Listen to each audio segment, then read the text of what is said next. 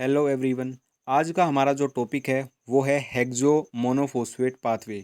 तो आज की क्लास में हम हेक्सो मोनोफॉस्फेट पाथवे के बारे में डिस्कस करने वाले हैं।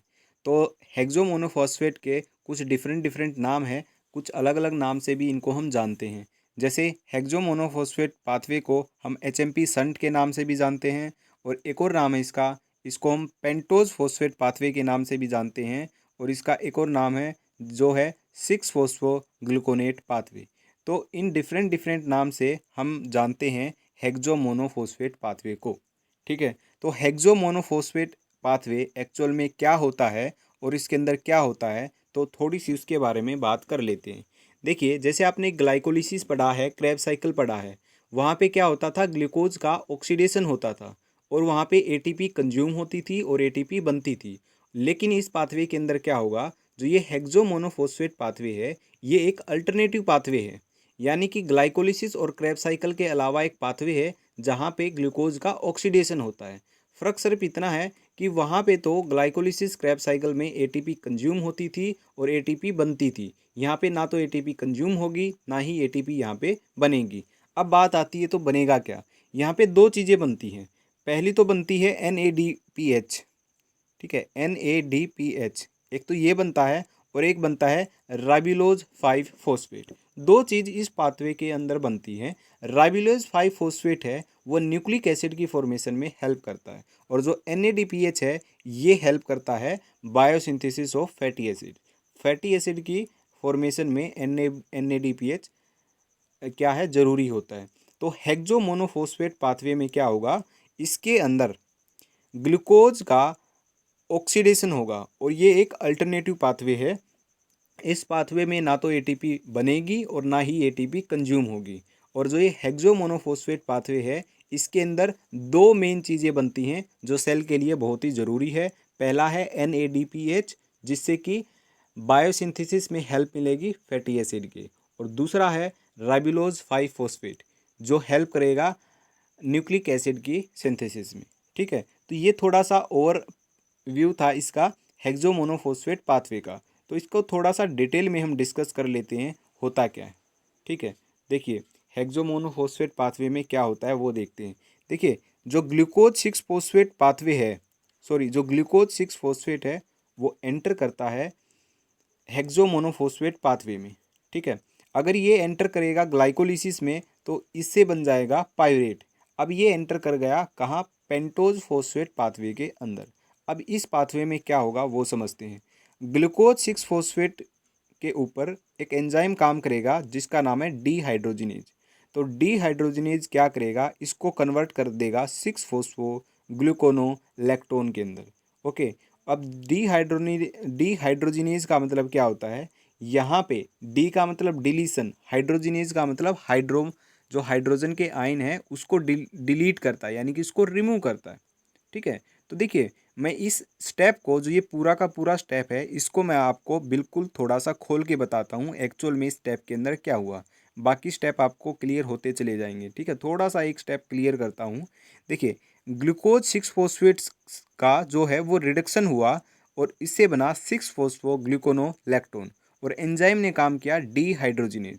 तो जो ये जो ग्लूकोज 6 फॉस्फेट है, इससे 2H+ निकल गए। ठीक है, 2H+ निकल गए, और जैसे ही 2H+ निकलते हैं तो यहाँ पे क्या होता है, NAD+ जो है वो एक H+ को ले लेता है। एक H+ ले लेता है और बना देता है NADPH, और एक H+ ये रह गया। ठीक है, तो 2H+ निकले थे, एक H+ इसने ले लिया और एक H+ और हमारे को मिल गया। ठीक है, तो ये पूरा का पूरा स्टेप यहाँ पे हुआ है। ओके, तो ग्लूकोज 6 फॉस्फेट कन्वर्ट होता है 6 फॉस्फोग्लूकोनोलैक्टोन में। यहाँ एंजाइम काम करता है डीहाइड्रोजिनेज। पूरा नाम बोलेंगे, ग्लूकोज 6 फॉस्फो डीहाइड्रोजिनेज। ओके, और यहाँ पे मैग्नीशियम आयन है जो यहाँ पे इसकी एक्टिविटी के लिए ज़रूरी है। ओके, तो इस स्टेप में NADP+ से NADPH और H+ बनता है। तो ये हमारा पहला स्टेप होता है पेंटोज फॉस्फेट पाथवे के अंदर। अब आगे क्या है, 6 फॉस्फोग्लूकोनोलैक्टोन में क्या होता है, ये हाइड्रोलेज एंजाइम काम करता है। ठीक है, हाइड्रोलेज एंजाइम काम करता है, और यहाँ पे वाटर मॉलिक्यूल एंटर करता है इस स्टेप के अंदर, और यहाँ से बनता है जब ये जो है 6-फॉस्फोग्लूकोनेट है, 6-फॉस्फोग्लूकोनोलेक्टोन है, इसके साथ जब वाटर मॉलिक्यूल ऐड होता है तो ये बना देता है 6-फॉस्फोग्लूकोनेट। ठीक है, तो इस स्टेप के अंदर वाटर मॉलिक्यूल का एडिशन होता है और एंजाइम काम करता है हाइड्रोलेज, पूरा नाम आएगा ग्लूकोनोलेक्टोन हाइड्रोलेज। अब देखिए नेक्स्ट स्टेप में क्या होता है। नेक्स्ट स्टेप में क्या होता है, जो 6-फॉस्फोग्लूकोनेट है यहाँ पे क्या होता है, इसका डी कार्बोक्सिलेशन होता है और ऑक्सीडेशन होता है। तो ऑक्सीडेटिव डी कार्बोक्सिलेशन होता है अगर मैं कंबाइन फॉर्म में बताऊं तो ऑक्सीडेशन कैसे होगा, 6-फॉस्फोग्लूकोनेट क्या करेगा, 2H+ क्या है रिलीज करेगा। जैसे 2H+ रिलीज करता है तो ये बनता है राब्यूलोज 5-फॉस्फेट। ठीक है, अब जो इसमें से एक H+ है वो NAD+ ले लेगा और एक H+ हमें मिल जाएगा। ठीक है, और साथ में डी कार्बोक्सिलेशन होता है तो इस स्टेप में CO2 क्या है बाहर निकल जाएगी। तो यहाँ पे जो CO2 है वो बाहर निकल जाएगी। ठीक है, तो यहाँ पे 6-फॉस्फोग्लूकोनेट बदलता है राइबुलोज 5-फॉस्फेट में और एंजाइम काम करता है डीहाइड्रोजिनेज। डीहाइड्रोजिनेज यहाँ पे एंजाइम काम करता है और एक CO2 का मॉलिक्यूल यहाँ पे बाहर निकलता है क्योंकि यहाँ पे डी कार्बोक्सिलेशन हो रहा होता है और NAD+ एक H+ लेता है और NADPH बनाता है और एक H+ यहाँ पे बनता है। ठीक है, अब देखिए ये जो 6-फॉस्फेट है ये 6 कार्बन का है। ठीक है, और ये भी 6 कार्बन का है। ओके, और ये भी 6 कार्बन का है। यहाँ तक ये 6 कार्बन के तीनों। अब यहाँ पे क्या हुआ, डी कार्बोक्सिलेशन हुआ, यानी कि जो एक CO2 का मॉलिक्यूल था वो बाहर निकल गया, यानी कि एक जो कार्बन है वो CO2 की फॉर्म में बाहर निकल गया है। तो अब 6 कार्बन से यहाँ पे जो ये राइबुलोज 5-फॉस्फेट है ये 5 कार्बन का यहाँ पे रह जाएगा। ठीक है, तो ये कार्बन का थोड़ी सी नंबरिंग है जो मैंने आपको बताई है। तो जो ये इतना जो पाथवे ये चला है यहाँ से यहाँ तक, ठीक है, इस पाथवे को बोलते हैं ऑक्सीडेटिव पाथवे। यानी कि जो पेंटोज फॉस्फेट पाथवे है उसके अंदर दो फेज होते हैं, पहला है ऑक्सीडेटिव फेज, दूसरा है नॉन ऑक्सीडेटिव फेज। तो ऑक्सीडेटिव फेज हमारा ये होता है जो यहाँ से यहाँ तक चलता है, जहाँ ग्लूकोज 6-फॉस्फेट से राइबुलोज 5-फॉस्फेट तक ये जो फेज चला है ये है हमारा oxidative phase of pentose phosphate pathway. Oxidative phase के अंदर होता क्या है, ऑक्सीडेटिव फेज के अंदर डीहाइड्रोजनेज एंजाइम काम करता है। ठीक है, तो ये बात आपको याद रखनी है। ओके, एक डीहाइड्रोजनेज एंजाइम होता है और एक हाइड्रोलेज होता है। तो दो एंजाइम यहाँ पे काम करते हैं ऑक्सीडेटिव फेज के अंदर। ओके, इतनी बात हमने कंफर्म कर ली। अब जो आगे पाथवे चलेगा वो चलेगा नॉन ऑक्सीडेटिव फेज के अंदर। अब जो ये पाथवे है ना ये आगे कंटिन्यू होगा सेम एज इट इज़। ठीक है, ये मैं नेक्स्ट स्लाइड में लेके आऊँगा लेकिन ये इसके नीचे ही होगा। ठीक है, फिर मैं लास्ट में आपको पूरा कंबाइंड पाथवे भी दिखाऊंगा, ऑक्सीडेटिव और नॉन ऑक्सीडेटिव पूरा का पूरा दिखाऊंगा। ठीक है, अब देखिए हमने कार्बन हमने काउंट कर लिए कि ये 6 का है, ये 6 का है, ये 6 का है, लेकिन ये हमारा 5 कार्बन है। अब हम मॉलिक्यूल्स की बात करते हैं कि कितने मॉलिक्यूल्स एंटर होते हैं पेंटोज फॉस्फेट पाथवे में। देखिए ग्लूकोज 6-फॉस्फेट के 6 मॉलिक्यूल यहाँ पे एंटर हुए पेंटोज फॉस्फेट पाथवे में। अगर ये 6 मॉलिक्यूल एंटर होते हैं तो सारी चीज़ें 6 टाइम हो जाएंगी। ठीक है, जैसे ये 6 मॉलिक्यूल है तो जो NADP+ है ये भी 6 हो जाएगा और जो NADPH है ये भी 6 और जो H+ था वो भी 6 हो जाएगा। ठीक है, वैसे ही एक वाटर मॉलिक्यूल यहाँ पे ऐड नहीं होगा। ये जो एक वाटर मॉलिक्यूल है ये एक मॉलिक्यूल के लिए ऐड हो रहा था, लेकिन अब तो ये 6 हैं तो यहाँ पे 6 ही वाटर मॉलिक्यूल ऐड होंगे। ठीक है, और ये भी क्या बनेगा, 6 मॉलिक्यूल बनेगा और फिर यहाँ भी 6, यहाँ भी 6 और 6 ही CO2 क्या है बाहर निकलेंगी। ठीक है, 6 ही CO2 बाहर निकलेंगी। ओके, तो ये पूरा का पूरा 6 टाइम होता चला जाएगा यहाँ तक। ओके, यहाँ तक पूरा 6 टाइम होएगा। अब नेक्स्ट देखिए कैसे होता है। देखिए यहाँ पे मैंने लिखा है ये हमारा 6 मॉलिक्यूल ग्लूकोज 6-फॉस्फेट है, यहाँ 6 NADPH है, 6 NADPH है, ये भी 6 H+ होगा, ये भी 6 मॉलिक्यूल है, 6 मॉलिक्यूल वाटर के ऐड हुए हैं और 6 ही मॉलिक्यूल यहाँ CO2 के बाहर निकलेंगे। ठीक है, तो ये पूरा का पूरा क्या है, ये नंबर ऑफ मॉलिक्यूल्स यहाँ पे हमने काउंटिंग कर लिए। तो यहाँ से यहाँ तक जो है ये हमारा चला ऑक्सीडेटिव फेज। अब देखते हैं, अब यहाँ से कंटिन्यू करते हैं। राइबुलोज 5-फॉस्फेट बन गया है, इसके नीचे कंटिन्यू होगा, ये नेक्स्ट स्लाइड में है। ठीक है, बिल्कुल इसके जस्ट नीचे ही कंटिन्यू होगा, कहीं समझो कि ये अलग है, अलग नहीं है। देखिए अब हमने क्या है, राइबिलोज 5 फॉस्फेट हमारा बन गया था जो कि हमारा 5 कार्बन का था। ठीक है, अब देखिए यहाँ पे क्या होता है, इस राइबिलोज 5 फॉस्फेट पे दो एंजाइम काम करते हैं। पहला एंजाइम करता है एपिमरेज और दूसरा है आइसोमरेज। ठीक है, एपिमरेज क्या होता है, एपिमरेज एपिमर बनाता है। कार्बोहाइड्रेट चैप्टर के अंदर जो मैंने आपको पढ़ाया था वहाँ पे एपिमरेज के बारे में डिस्कस किया था कि क्या होता है। डिटेल में हमने एपिमर के बारे में पढ़ा था कि एपिमर होते क्या हैं। ठीक है, इसलिए जो एपिमरेज एंजाइम है वो एपिमर बनाएगा और आइसोमरेज एंजाइम आइसोमर बनाएगा। ठीक है, तो राइबुलोज 5 फॉस्फेट पे दो एंजाइम काम करते हैं, तो दो ही प्रोडक्ट यहाँ पे बनेंगे। अब कौन कौन से बनते हैं वो देख लेते हैं। देखिए, राइबुलोज 5 फॉस्फेट पे एपिमरेज ने काम किया तो जाइलोज 5 फॉस्फेट बना। आइसोमरेज ने भी काम किया तो इससे एक और बना जिसका नाम है राइबोज 5 फॉस्फेट। अब जो ये जाइलोज 5 फॉस्फेट है और राइबोज 5 फॉस्फेट है, इन दोनों के ऊपर एक कॉमन एंजाइम काम करेगा जिसका नाम है ट्रांसकीटोलेज। अब देखिए, ट्रांसकीटोलेज एंजाइम, इस एंजाइम का काम होता है कार्बन को ट्रांसफ़र करना, एक मॉलिक्यूल के कार्बन से को दूसरे मॉलिक्यूल के कार्बन पे ट्रांसफ़र करना। तो कार्बन का ट्रांसफ़र करना इस एंजाइम का काम होता है। और यहाँ पे एक को एंजाइम काम करेगा जो जिसका नाम है टीपीपी। ठीक है, अब बड़े ध्यान से देखिएगा, ये स्टेप बिल्कुल समझने ज़रूरी है। जाइलोज 5 फॉस्फेट और राइबोज 5 फॉस्फेट पे एंजाइम काम किया ट्रांसकीटोलेज। अब ट्रांसकीटोलेज एंजाइम काम करता है तो राइबुलोज 5 फॉस्फेट से बन जाता है सिडुलोज हेप्टोलेज और जाइलोज 5 फॉस्फेट से बनता है ग्लिसरैल्डिहाइड 3 फॉस्फेट। अब ये कैसे बनता है वो चीज़ मैं आपको यहाँ पे दिखाता हूँ।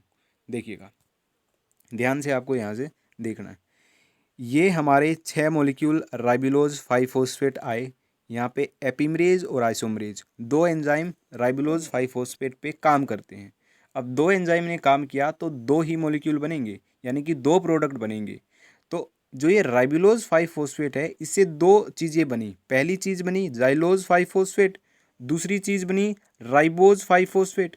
अब देखिए, जो ये राइबुलोज 5 फॉस्फेट था ये 5 कार्बन का था और जो इसके प्रोडक्ट बनेंगे वो भी 5 कार्बन के होंगे, क्योंकि अलग अलग दो एंजाइम यहाँ पे एक्ट कर रहे हैं। तो जाइलोज 5 फॉस्फेट भी 5 कार्बन का और जो राइबुलोज 5 फॉस्फेट है वो भी 5 कार्बन का होगा। ठीक है, तो ये यहाँ पे सिचुएशन होगी। लेकिन मॉलिक्यूल के अंदर डिफरेंट आ जाएगा। मॉलिक्यूल कैसे, ये हमारा टोटल 6 मॉलिक्यूल था तो 4 मॉलिक्यूल तो बनेंगे इसके और 2 मॉलिक्यूल बनेंगे इसके। ठीक है, तो टोटल यहाँ पे कितने हो गए, 6 मॉलिक्यूल हो गए। तो दो एंजाइम ने काम किया, पहला था एपिमरेज। एपिमरेज ने जब काम किया तो 4 मॉलिक्यूल जाइलोज 5 फॉस्फेट के बना दिए। और जब आइसोमरेज इसके ऊपर काम करता है तो ये दोनों एंजाइम इकट्ठे काम करते हैं तो दो मॉलिक्यूल राइबोज 5 फॉस्फेट के यहाँ पे बना दिए। ठीक है, इतना अगर आपको क्लियर हो गया है तो अब आगे बढ़ते हैं। आगे क्या है देखिए, बड़े ध्यान से देखिएगा। देखिएगा, अब जो ये 4 मॉलिक्यूल है ना, इनमें से केवल 2 मॉलिक्यूल ही आगे जाएंगे। ठीक है, ये जो 2 मॉलिक्यूल है, अब जो ये 2 मॉलिक्यूल और है ना, इनको फ़िलहाल के लिए आप भूल जाइए। ठीक है, इनको फ़िलहाल के लिए हम भूल जाते हैं। हम केवल फोकस करेंगे 2 मॉलिक्यूल जाइलोज 5 फॉस्फेट के। ठीक है, और 2 मॉलिक्यूल हमारे हैं राइबोज 5 फॉस्फेट के। अब इन दोनों के ऊपर ना एक एंजाइम काम करेगा जिसका नाम है ट्रांसकीटोलेज। ट्रांसकीटोलेज एंजाइम का काम होता है कार्बन कंपोनेंट को ट्रांसफ़र करना एक मॉलिक्यूल से दूसरे मॉलिक्यूल पर। अब ये क्या करेगा, कार्बन को ट्रांसफ़र करेगा एक से दूसरे पर। कैसे करेगा, ये हमारा टोटल 5 कार्बन का है। अब ये एंजाइम क्या करेगा, इस 5 कार्बन का जो ये हमारा जाइलोज 5 फॉस्फेट है इसमें से 2 कार्बन को निकालेगा और राइबुलोज 5 फॉस्फेट को दे देगा। अब देखिए, पहले हमारा जाइलुलोज 5 फॉस्फेट 5 कार्बन का था। ठीक है, और राइबुलोज 5 फॉस्फेट ये भी 5 कार्बन का था। जैसे ही ये एंजाइम ने इनके ऊपर काम किया तो ये एंजाइम क्या करता है, इस 5 कार्बन में से 2 कार्बन निकालता है और इसको दे देता है। ठीक है, ट्रांसकीटोलेज का काम ही यही होता है, कार्बन का ट्रांसफ़र करवाना। ठीक है, तो ये कार्बन का ट्रांसफ़र करवा देगा। तो देखिए, 5 कार्बन थे टोटल इसके पास, 2 कार्बन दे दिए तो कितने बचे, 3 कार्बन। अब ये जो जाइलुलोज 5 फॉस्फेट है ये 3 कार्बन का कोई एक मॉलिक्यूल बनेगा। ठीक है, और जो 5 कार्बन ये ऑलरेडी थे इसको 2 कार्बन मिले हैं, तो ये टोटल 7 कार्बन का हो गया। ठीक है, अब देखिए बड़े ध्यान से समझना है। Xylose 5 phosphate, ribulose 5 phosphate. ठीक है, 2 कार्बन ट्रांसफ़र हुए इस तरीके से। तो ये तो है 3 कार्बन का, अब ये रह गया 7 कार्बन का, और ट्रांसकीटोलेज ने यहाँ पे ये सब करवाया है। ठीक है, अब देखिए क्या बनता है। अब जो ये राइबुलोज 5 फॉस्फेट है, ये तो बन जाएगा ये जो कि ये 7 कार्बन का है, इसको बोलते हैं सेडोहेप्टुलेज। और जो ये 5 कार्बन का था, ये 3 कार्बन का हो गया, तो ये बन जाएगा ये, जिसको बोलते हैं ग्लिसरैल्डिहाइड 3 फॉस्फेट। ये 3 कार्बन का है। देखिए मैं आपको एक टेबल दिखाता हूँ, ये रहा हमारी वो टेबल। देखिए ये हमारा क्या है, स्यूडोहेप्टुलेज, ये कितने कार्बन का है, 7 कार्बन का। ठीक है, और दूसरा हमारा क्या बना था, ग्लिसरैल्डिहाइड, ये कितने कार्बन का है, 3 कार्बन का। ठीक है, अब यहाँ पे ऊपर क्या बात की थी हमने, हमने यहाँ पे बात की थी राइबुलोज की। एक तो हमारा था राइबुलोज, देखिए दोबारा देखते हैं, ये हमारा है जाइलुलोज, ये हमारा है राइबोज। एक जाइलुलोज था, एक राइबोज था। देखिए कहाँ कहाँ है, ये जाइलोज है, ये राइबोज है। ये क्या है, 5 कार्बन के हैं। ठीक है, अब होता क्या है, जो जाइलोज मॉलिक्यूल है ना, ये दोनों 5 कार्बन के हैं, तो 5 कार्बन, 2 कार्बन निकल के इसके पास चले जाते हैं, तो ये तो 3 कार्बन का है। अब ये हमारा कितने कार्बन का है, 7 कार्बन का। तो 3 कार्बन का तो देखिए ये रहा हमारा ग्लिसरैल्डिहाइड, जो ये हमारा जाइलुलोज है, जो हमारा ये जाइलुलोज है, ये 3 कार्बन का बच गया, तो ये बन जाएगा ग्लिसरैल्डिहाइड। और जो ये राइबुलोज है, ये बन जाएगा ये 7 कार्बन का स्टेप्टोहेप्टोज। ठीक है, तो इस तरीके से ये काम करता है। दोबारा से देखिए, बिल्कुल ध्यान से देखिए, एक बार फिर से क्लियर करता हूँ क्या हुआ यहाँ पे। यहाँ पे 2 मॉलिक्यूल थे जाइलुलोज 5 फॉस्फेट के, बने तो 4 मॉलिक्यूल थे, लेकिन अभी फ़िलहाल के लिए 2 मॉलिक्यूल को भूल जाओ, 2 मॉलिक्यूल पे फोकस करो। यहाँ पे 2 मॉलिक्यूल जाइलुलोज 5 फॉस्फेट के थे, और 2 मॉलिक्यूल थे राइबोज 5 फॉस्फेट के, दोनों ही 5-5 कार्बन के थे। यहाँ पे एक एंजाइम काम करता है ट्रांसकीटोलेज। ये एंजाइम क्या करता है, ये एंजाइम 2 कार्बन को ट्रांसफ़र करवाता है एक से दूसरे पर। अब ये क्या करता है, जाइलुलोज 5 फॉस्फेट से 2 कार्बन लेता है और इसको दे देता है, ये 2 कार्बन ट्रांसफ़र हो गए। अब ये 5 कार्बन का था, तो ये बनेगा 3 कार्बन का। तो जाइलुलोज 5 फॉस्फेट से तो बनेगा ग्लिसरैल्डिहाइड 3 फॉस्फेट, जो कि 3 कार्बन का है। और राइबोज 5 फॉस्फेट जो पहले 5 का था, 2 अब इसके पास आ गए हैं, तो ये बनेगा 7 कार्बन का, जो हमारा है स्यूडोहेप्टुलेज। तो ये भी 2 मॉलिक्यूल का बनेगा और ये भी 2 मॉलिक्यूल का बनेगा। ठीक है, तो इस तरीके से स्यूडोलोहेप्टोज 7 फॉस्फेट 7 कार्बन का बन गया, और ये 3 कार्बन का बन गया। आई होप आपको ये क्लियर हुआ होगा। ट्रांसकीटोलेज का काम होता है ट्रांसफ़र करवाना कार्बन का एक मॉलिक्यूल से दूसरे मॉलिक्यूल पे, राइट।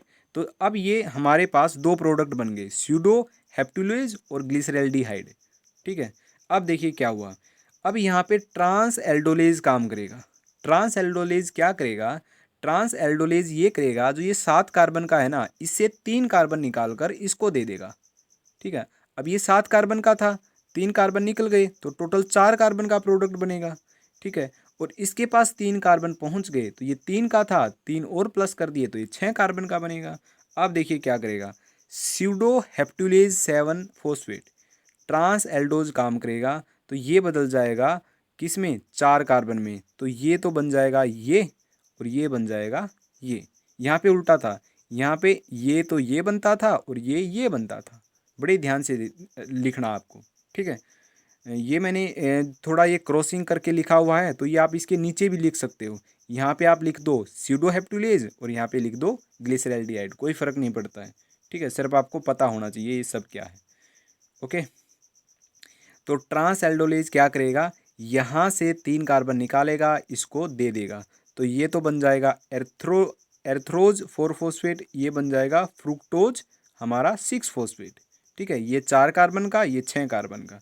पहला है एर्थ्रोज, दूसरा है फ्रुक्टोज। देखिए एर्थ्रोज 4 कार्बन का है, मैं दिखाता हूँ आपको एर्थ्रोज कहाँ है। ये एर्थ्रोज है जो कि 4 कार्बन का है। फिर हमारा कौन सा है, फिर हमारा ये है फ्रुक्टोज जो 6 कार्बन का है। ये देखिएगा बड़े ध्यान से, ये हमारा फ्रुक्टोज जो कि 6 कार्बन का है।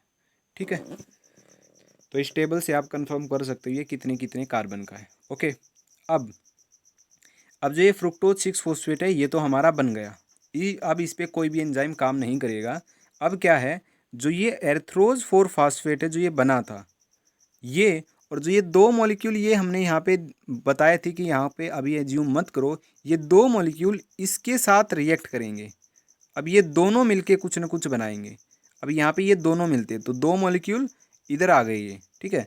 तो दो मॉलिक्यूल जेलुलोज 5 फॉस्फेट के और ये एर्थ्रोज 4 फॉस्फेट के 4 कार्बन का, ठीक है। देखिए ये तो है 5 कार्बन का, देखिए ये 5 का है तो ये 5 का है, ठीक है। ये हमारा 4 कार्बन का है। यहाँ पे एंजाइम काम करेगा ट्रांसकीटोलेज, वही यहाँ पे भी ट्रांसकीटोलेज था तो ट्रांसकीटोलेज ने क्या किया था, ट्रांसफ़र किया था कार्बन का। अब कितने कार्बन का करेगा वो यहाँ पे आएगा, ठीक है।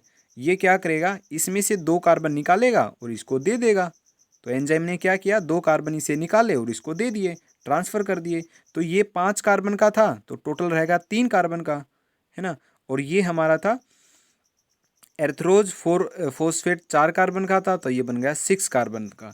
तो ट्रांसकीटोलेज ने इन दोनों पे काम किया तो दो प्रोडक्ट बने। पहला बना हमारा फ्रुक्टोज 6 फॉस्फेट जो कि ये 6 कार्बन का होगा, और ये बना, ये हमारा ये बना ग्लिसरैल्डिहाइड 3 फॉस्फेट जो कि 3 कार्बन का होगा। देखिए कैसे बनते हैं, जाइलुलोज से तो बनता है ये और एर्थ्रोज से बनता है ये, जब ये एंजाइम काम करता है तब, क्योंकि ये ट्रांसफ़र करवा देता है 2 कार्बन को इससे इस साइड में, ठीक है। तो यहाँ पे प्लस माइनस देख लेना, मैंने आपको करके भी दिखाया है, इस तरीके से ये होता है, ठीक है।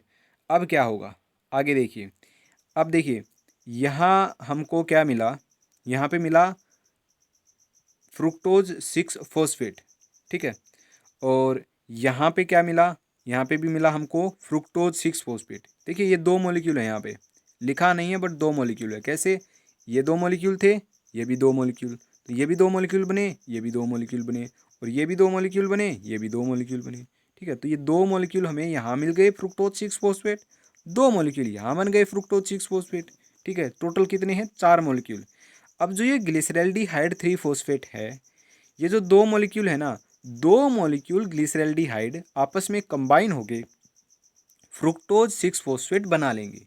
यहाँ पर ध्यान दीजिएगा, ग्लिसरैल्डिहाइड के दो मॉलिक्यूल हैं, एक मॉलिक्यूल ये है, एक मॉलिक्यूल ये है, आपस में कंबाइन हुए और इन्होंने क्या बनाया, दो मॉलिक्यूल कंबाइन होने के बाद इन्होंने एक मॉलिक्यूल बनाया है। यहाँ पे ये याद रखना है ना। ग्लिसरैल्डिहाइड के दो मॉलिक्यूल आपस में कंबाइन होके एक मॉलिक्यूल बनाते हैं और उसका नाम है फ्रुक्टोज 6 फॉस्फेट का, ठीक है। देखिए ग्लिसरैल्डिहाइड 3 ये है एक मॉलिक्यूल जो कि ये 3 कार्बन का, ये है दूसरा मॉलिक्यूल, ये भी है 3 कार्बन का। तो जब ये दो मॉलिक्यूल आपस में कंबाइन होंगे, यानी जब 3 कार्बन आपस में कंबाइन होंगे तो 6 कार्बन का कोई एक प्रोडक्ट बनेगा जिसका नाम है फ्रुक्टोज 6 फॉस्फेट। ये कितने कार्बन का है, 6 कार्बन का, ठीक है। जहाँ ऊपर भी हमने ये पढ़ा था कहीं ना कहीं, देखिए फ्रुक्टोज 6 फॉस्फेट 6 कार्बन का, ठीक है। तो यहाँ टोटल क्या हुआ है, यहाँ पे फ्रुक्टोज 6 फॉस्फेट दो मॉलिक्यूल ये रहे, दो मॉलिक्यूल ये रहे और एक मॉलिक्यूल ये रहा। जो ये यहाँ पे स्टेप हो रहा है ना, ये वाला स्टेप जो है, इस स्टेप में इसको रिवर्स ग्लाइकोलिसिस बोलते हैं। रिवर्स ग्लाइकोलिसिस क्यों बोलते हैं, यहाँ पे ग्लाइकोलिसिस में जो चीज़ हो रही थी ना उसका उल्टा हो रहा है। कैसे, यहाँ पे फ्रुक्टोज बन रहा है ग्लिसरैल्डिहाइड से, लेकिन ग्लाइकोलिसिस में क्या था, फ्रुक्टोज से ग्लिसरैल्डिहाइड बनता था, ठीक है। तो ये यहाँ पे इसका उल्टा हो रहा है, इसलिए इसको बोलेंगे रिवर्स ग्लाइकोलिसिस, ठीक है। बात आई समझ में, कोई कन्फ्यूज़न नहीं रहनी चाहिए अभी भी आपको। ओके, तो देखिए टोटल काउंट करेंगे, फ्रुक्टोज 6 फॉस्फेट कितने बने, दो मॉलिक्यूल तो ये बने हैं, दो मॉलिक्यूल ये बने हैं, यहाँ पे दो लिखना है, ठीक है, लिखा नहीं हुआ है लेकिन लिखना है, ठीक है। जब नोट्स मैं आपको दूंगा वहाँ पे लिखा मिलेगा आपको प्रॉपर सारी चीज़ें कितने कितने मॉलिक्यूल हैं, ठीक है। और एक मॉलिक्यूल ये बना तो टोटल कितने हो गए, दो ये, दो ये, एक ये, टोटल कितने हैं, 5 मॉलिक्यूल हमें क्या मिले हैं, फ्रुक्टोज 6 फॉस्फेट बने हैं, ठीक है। तो 5 मॉलिक्यूल फ्रुक्टोज 6 फॉस्फेट यहाँ पे बन गए हैं। ओके, और देखिए अब जो ये 5 फ्रुक्टोज 6 फॉस्फेट है ना, इस पे रिवर्स ग्लाइकोलिसिस होता है और ये बना देते हैं 5 ग्लूकोज 6 फॉस्फेट, ठीक है। रिवर्स ग्लाइकोलिसिस क्यों, ग्लाइकोलिसिस के अंदर ग्लूकोज से फ्रुक्टोज बनता था, पहला ही स्टेप है ये ग्लाइकोलिसिस का, ठीक है। तो यहाँ ग्लूकोज से फ्रुक्टोज बनता था ग्लाइकोलिसिस में, लेकिन यहाँ फ्रुक्टोज से ग्लूकोज बन रहा है, मतलब इसका उल्टा हो रहा है, ग्लाइकोलिसिस का उल्टा। इसलिए स्टेप को रिवर्स ग्लाइकोलिसिस बोलते हैं, जहाँ पर 5 मॉलिक्यूल फ्रुक्टोज 6 फॉस्फेट के ग्लूकोज 6 फॉस्फेट में बदलते हैं, ये भी 5 मॉलिक्यूल होंगे। ठीक है। तो हमारा जो लास्ट के जो प्रोडक्ट मिला है वो हमें मिला है 5 ग्लूकोज 6 फॉस्फेट। ठीक है। अब ये पूरा का पूरा पाथवे है। ओके। अब देखिएगा, जो जो ये वाला पाथवे था, कहाँ गया, ये वाला जो पाथवे था यहाँ से यहाँ तक, ठीक है, ये जो पाथवे यहाँ से यहाँ तक था, this is the oxidative phase. ठीक है। अब जो ये वाला पूरा पाथवे है राइबोलोज से लास्ट तक, और इंक्लूडिंग दिस स्टेप, ये स्टेप भी इंक्लूड है यहाँ, सबसे लास्ट वाला स्टेप तो यही है। तो ये होएगा हमारा पूरा नॉन ऑक्सीडेटिव फेज। तो पेंटोज फॉस्फेट पाथवे के दो फेज होते हैं, पहला होता है हमारा ऑक्सीडेटिव फेज, दूसरा होता है नॉन ऑक्सीडेटिव फेज। ठीक है। ऑक्सीडेटिव फेज में तो डीहाइड्रोजिनेज और हाइड्रोलेज ये एंजाइम काम करते हैं, लेकिन जो नॉन ऑक्सीडेटिव फेज है उसके अंदर एपिमरेज, आइसोमरेज, ट्रांसकीटोलेज, ट्रांसएल्डोज ये 4 एंजाइम काम करते हैं। ठीक है। तो ऑक्सीडेटिव फेज में 2 एंजाइम और नॉन ऑक्सीडेटिव फेज में 4 एंजाइम यहाँ पे इन्वॉल्व होते हैं। तो इस पाथवे के अंदर 2 फेज हैं, first is oxidative, second is non oxidative. ठीक है। तो ये बात आपको क्लियर हो गई। ओके। लास्ट में हम देखते हैं क्या बना।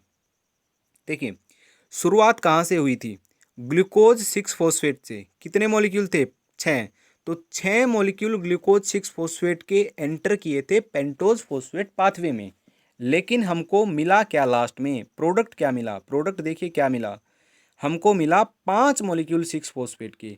6 मॉलिक्यूल एंटर हुए थे ग्लूकोज 6 फॉस्फेट के, लेकिन हमको लास्ट में मिले कितने, 5 मॉलिक्यूल, यानी कि 5 मॉलिक्यूल वापिस से रीजनरेट हो गए हैं इस पाथवे के अंदर। ठीक है। तो 6 मॉलिक्यूल एंटर हुए थे और मिले कितने, 5 मॉलिक्यूल। तो 6 मॉलिक्यूल से 5 मॉलिक्यूल रीजनरेट हो चुके हैं पेंटोज फॉस्फेट पाथवे के अंदर। अब टोटल चीज़ें हम देखते हैं क्या क्या यूज हुई हैं और क्या क्या बनी हैं। ठीक है। ये पूरा का पूरा हमारा क्या था, पाथवे था। ठीक है। इसको एक कंबाइन पाथवे भी मैं आपको दिखा देता हूँ। देखिए, ये पूरा का पूरा पाथवे है जिसको हम पेंटोज फॉस्फेट पाथवे के नाम से जानते हैं। ओके। यहाँ तक का जो स्टेप है, यहाँ से यहाँ तक का, ये हमारा होगा ऑक्सीडेटिव फेज। ठीक है। और अब ये जो यहाँ तक का स्टेप है, यहाँ से बिल्कुल नीचे तक का जो स्टेप है, इसको बोलेंगे नॉन ऑक्सीडेटिव फेज। ठीक है। तो इस तरीके से ये होगा। देखिए, बिल्कुल ध्यान से देखिएगा, ये पूरा का पूरा जो आपको पाथवे यहाँ से यहाँ तक का दिख रहा है वो हमारा क्या है, पेंटोज फॉस्फेट पाथवे हैं। अब हम काउंट करते हैं यहाँ पे क्या चीज़ें बनी हैं और क्या चीज़ें यूज हुई हैं। ठीक है। पेंटोज फॉस्फेट पाथवे कंप्लीट हो चुका है हमारा, लेकिन हमें काउंट करना है क्या चीज़ें बनी और क्या नहीं बनी। ठीक है। देखिए, सबसे पहले हम बात करते हैं यूज क्या क्या हुआ है यहाँ पे। ठीक है। यूज क्या क्या हुआ है यहाँ पे, यूज हुआ है 6 NAD+, 6 NAD+ यूज हुए हैं, और यूज हुआ है 6 मॉलिक्यूल ग्लूकोज 6 फॉस्फेट के। ठीक है। 6 मॉलिक्यूल वाटर के यूज हुए हैं। ठीक है। और 6 मॉलिक्यूल NAD+ यूज हुए हैं। ठीक है। तो 6 तो मॉलिक्यूल ये, 6 मॉलिक्यूल ये, टोटल हो गए 12 मॉलिक्यूल। तो 12 मॉलिक्यूल तो NAD+ के, और 6 मॉलिक्यूल वाटर के, और 6 मॉलिक्यूल ग्लूकोज 6 फॉस्फेट के, ये यहाँ पे यूज हुआ है। ठीक है। बड़े ध्यान से देखिएगा, ये यहाँ पे सारा का सारा सब कुछ यूज हुआ है। अब बना क्या क्या है, बनने को भी देखते हैं ना क्या क्या बना है। बना क्या है यहाँ पे, 6 तो NADPH बने हैं, 6 ही H+ बने हैं। ठीक है। ओके। और 6 एन सॉरी देखिए, 6 NADPH बने हैं, 6 H+ बने हैं, यहाँ भी 6 NADPH बने हैं, 6 H+ बने हैं। तो टोटल जोड़ दो, 6 तो बने, 6 6 कितने हो जाएंगे, 12। तो 12 तो बने हैं हमारे NADPH, और 6 ही बने हैं, सॉरी 12 ही बने हैं H+। ठीक है। और 6 वाट CO2 और 6 CO2 यहाँ पे बनी है। ठीक है। ये 3 और एक और बना है, क्या बना था, बिल्कुल लास्ट स्टेप के अंदर क्या बना था वो और देखते हैं हम। ये 5 मॉलिक्यूल ये हमारे रीजनरेट हो गए, तो ये बना है। तो जो चीज़ें यूज हुई हैं वो मैंने आपको बताई, कितने कितने मॉलिक्यूल यूज हुए, और जो चीज़ बनी है वो मॉलिक्यूल भी मैंने आपको बता दिए। तो ये हमारा पूरा जो पाथवे था इसको बोलते हैं pentose phosphate pathway. I hope ये आपको पूरा पाथवे क्लियर हो गया होगा। कमेंट में ज़रूर बताइए ये पाथवे आपको समझ में आया या फिर नहीं आया है। ठीक है, तो ये था आज का हमारा टॉपिक पेंटोज फॉस्फेट पाथवे, जो एग्ज़ाम में बहुत बार पूछा जाता है और कई बच्चों को कन्फ्यूजन होता है कि ये समझ में नहीं आता है। आई होप आपको ये पूरा का पूरा क्लियर हो गया होगा। और इसके नोट्स आपको मिलेंगे, डिस्क्रिप्शन चेक करना, वहाँ पे एक लिंक दिया मिलेगा, वहाँ पे क्लिक कीजिएगा, आपको एक पीडीएफ मिलेगी, आप वहाँ से नोट्स पूरे के पूरे रिटर्न में हर चीज़ वहाँ पे डाउनलोड कर सकते हो। ठीक है, तो आपको कोई स्क्रीनशॉट लेने की कोई ज़रूरत नहीं है। और आप कमेंट करके ज़रूर बताइए ये पाथवे आपको समझ में आया है या फिर नहीं आया। तो आज की वीडियो में बस इतना ही, तो मिलते हैं नेक्स्ट वीडियो के अंदर।